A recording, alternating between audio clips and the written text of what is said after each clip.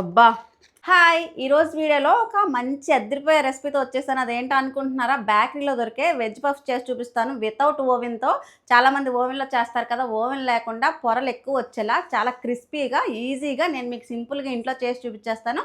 అస్సలు మిస్ చేయొద్దు. చాలా అంటే చాలా బాగుంటుంది. ఇంక లేట్ చేయకుండా మనం వీడియో స్టార్ట్ చేసేద్దాం. వీడియో స్టార్ట్ చేయబోయే ముందు వీడియోని లైక్ చేసి ఛానల్ సబ్స్క్రైబ్ చేసుకొని పక్కన ఉన్న బెల్ ఐకాన్ క్లిక్ చేయడం మర్చిపోవద్దు. ఇంకేమాత్రం లేట్ చేయకుండా వీడియో స్టార్ట్ చేసేద్దాం పదండి. ఇప్పుడు ప్యాన్లో కొద్దిగా ఆయిల్ వేసుకోవాలి.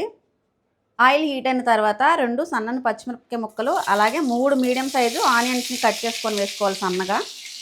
ఉల్లిపాయ మగ్గడానికి కొద్దిగా సాల్ట్, ఒకసారి బాగా కలుపుకుందాం.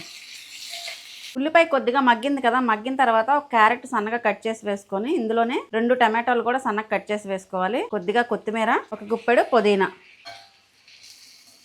క్యారెట్ టమాటా కూడా మరొక 2 నిమిషాలు మగ్గేంత వరకు మగ్గించుకుందాం స్టవ్ని లో ఫ్లేమ్లో పెట్టుకొని. ఇప్పుడు ఇందులో కొద్దిగా పసుపు, 1 టీ స్పూన్ కారం, 1 టీ స్పూన్ ధనియా జీరా పౌడర్, అలాగే కర్రీకి సరిపడా salt, 1/2 teaspoon garam masala ఇవన్నీ వేసుకొని ఒకసారి బాగా కలుపుకుందాం. ఇదంతా ఒకసారి బాగా కలుపుకున్నాక ఒక 1/4 గ్లాస్ వాటర్ కూడా వేసుకొని స్టవ్ని లో ఫ్లేమ్లో పెట్టి మూత పెట్టి దగ్గరికి అయ్యేంత వరకు ఉడికించుకుందాం. కర్రీ మగ్గిపోయి దగ్గరికి అయిపోయింది కదా, స్టవ్ ఆఫ్ చేసి ఇది పక్కన పెట్టుకొని చల్లారనిద్దాం. దీనికి పిండి స్టఫింగ్ ఎలా చేసుకోవాలో చూపిస్తాను పదండి. ఇప్పుడు పిండి కలుపుకోవడానికి ఒక బౌల్ తీసుకొని నేను ఇక్కడ 1/2 కేజీ మైదా పిండిని తీసుకున్నాను. పిండికి సరిపడా కొద్దిగా సాల్ట్, పిండికి సరిపడా సాల్ట్ అని అంటే నేను ఒక 1/2 టీ స్పూన్ వేసాను. 1/2 కేజీ మైదా పిండిలో ఒక 1/2 టీ స్పూన్ మాత్రమే సాల్ట్ వేసుకున్నాను. ఇదంతా ఒకసారి కలిపిన తర్వాత మీరు ఆయిల్ అయినా నెయ్యి అయినా వేసుకోవచ్చు, కానీ ఆయిల్ వేసుకుంటే క్రిస్పీగా లేయర్స్ బాగా వస్తాయి. ఇందులోనే కొద్దిగా వాటర్ని కూడా వేసుకుందాం. పిండి ఎప్పుడు కూడా మరీ మెత్తగా కాకుండా కొంచెం గట్టిగా కలుపుకోవాలి.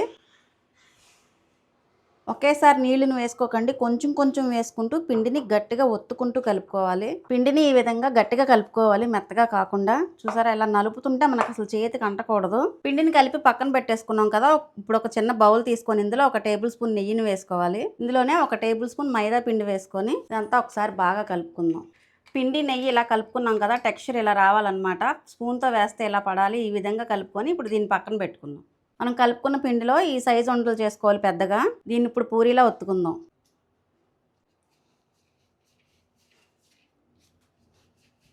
మనం చపాతీలా ఒత్తేసుకున్నాం కదా, ఈ మాత్రం థిక్నెస్ ఉండాలి. మిగతావన్నీ కూడా సేమ్ ఇలాగే ఒత్తుకొని పక్కన పెట్టుకుందాం. ఇలా అన్నీ ఒకేలా చేసుకున్న తర్వాత మనం ముందుగా కలిపి పెట్టుకున్నాం కదా నెయ్యిలో, ఇది వేసుకొని దీని మీద అప్లై చేసుకోవాలి. ఇప్పుడు పొడి మైదా పిండి ఉంటుంది కదా, తీసుకొని కొద్దిగా చేత్తో ఇలా చల్లుకోవాలి. దీని మీద ఇంకో రోటీ వేసుకోవాలి. ఇలా రోటీ వేసుకున్న తర్వాత చేత్తో ఇలా లైట్గా ప్రెస్ చేసుకోవాలి.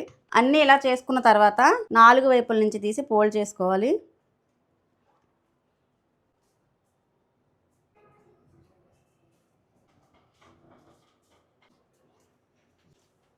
ఇలా ఫోల్డ్ చేసుకున్న తర్వాత కొద్దిగా పైనుంచి పిండిని జల్లుకొని పొడి పిండిని దీన్ని మళ్ళీ ప్రెస్ చేసుకుంటూ ఒత్తుకుందాం.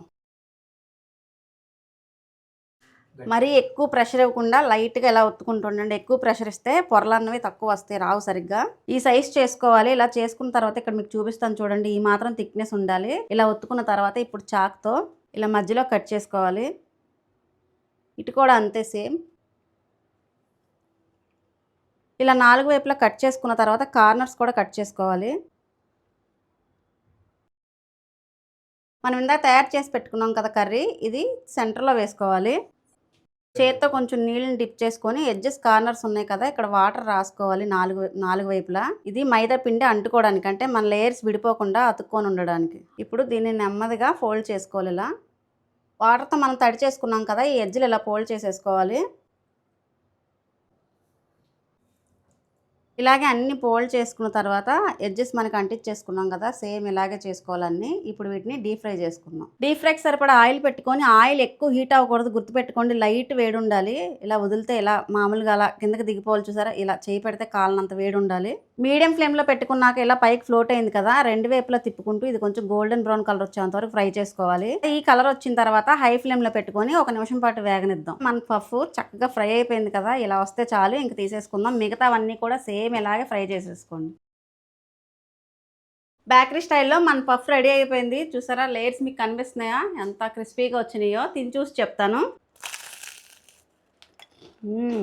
అబ్బా, టేస్ట్ అయితే మనం బయట బేకరీలో తిన్నట్టే ఉంది సేమ్. అసలు చాలా బాగుంది టేస్ట్. పైకి క్రిస్పీగా, కర్రీ కూడా చాలా సాఫ్ట్గా చాలా బాగా కుక్ అయింది, చాలా బాగుంది. మీకు వెజిటేబుల్స్ ఏవి ఉంటే అవి అవైలబుల్గా వేసుకోండి, ఏమి లేకపోయినా సరే ఉల్లిపాయ టమాటో ఉంటే చాలు. నేను చూపించినట్టుగా సింపుల్గా కర్రీ ప్రిపేర్ చేసుకొని పైన నేను చూపించింది ఈ లేయర్ కొంచెం టైం పడుతుంది. ఓపిక్గా చేసుకున్నారంటే మంచి ఫుడ్ ఎంజాయ్ చేయొచ్చు. మీకు ఎప్పుడైనా వీలున్నప్పుడు తప్పనిసరిగా చేసుకుని చూడండి. ఈ వీడియోని ఇక్కడతో ఎండ్ చేసేస్తాను. వీడియోని ఎండ్ చేయబోయే ముందు మన వీడియోలు చాలా మంది చూస్తున్నారు కానీ సబ్స్క్రైబ్ చేసుకోవట్లేదు. ప్లీజ్ సబ్స్క్రైబ్ చేసుకొని సపోర్ట్ చేయండి. అలాగే వీడియోని లైక్ చేయడం అస్సలు మర్చిపోవద్దు.